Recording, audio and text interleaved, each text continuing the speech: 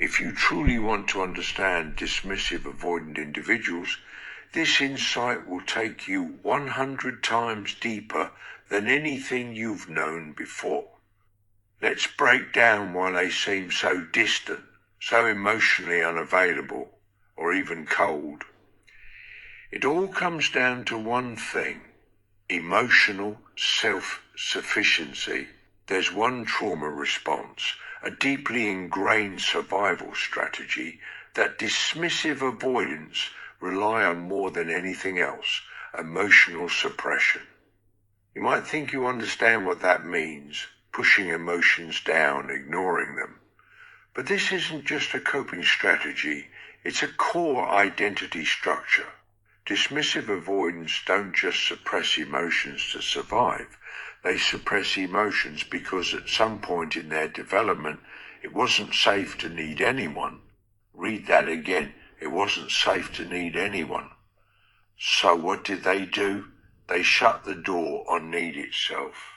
They disconnected bit by bit from their own vulnerability, from closeness, from dependency, from feelings that could be used against them.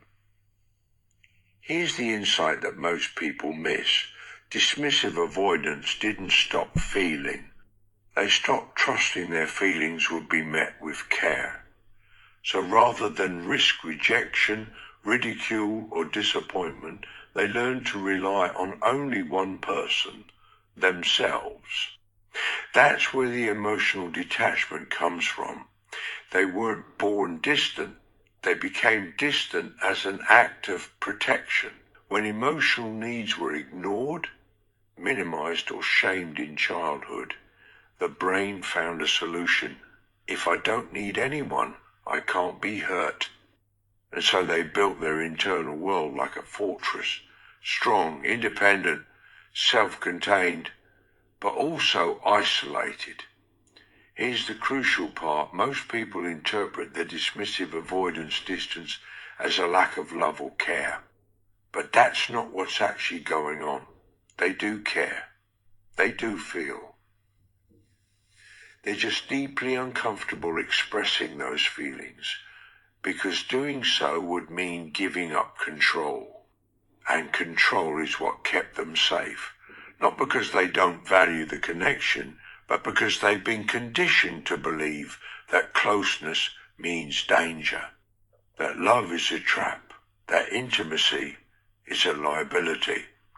Here's what most people get wrong.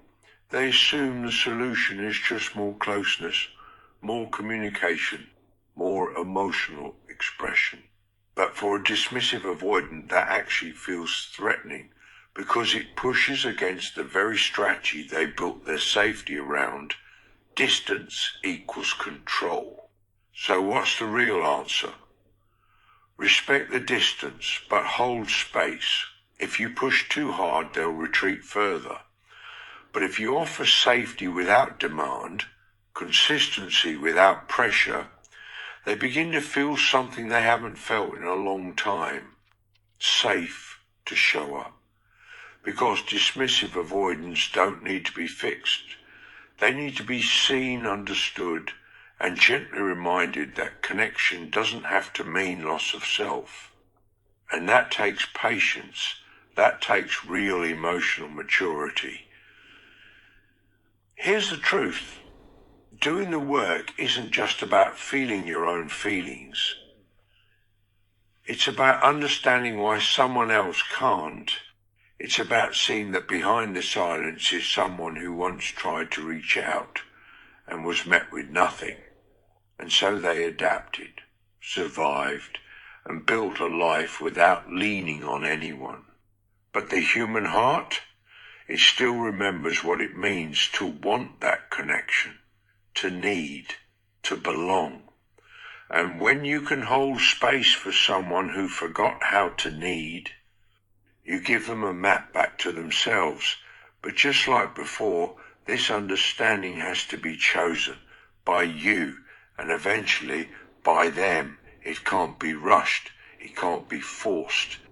Until next time, much love.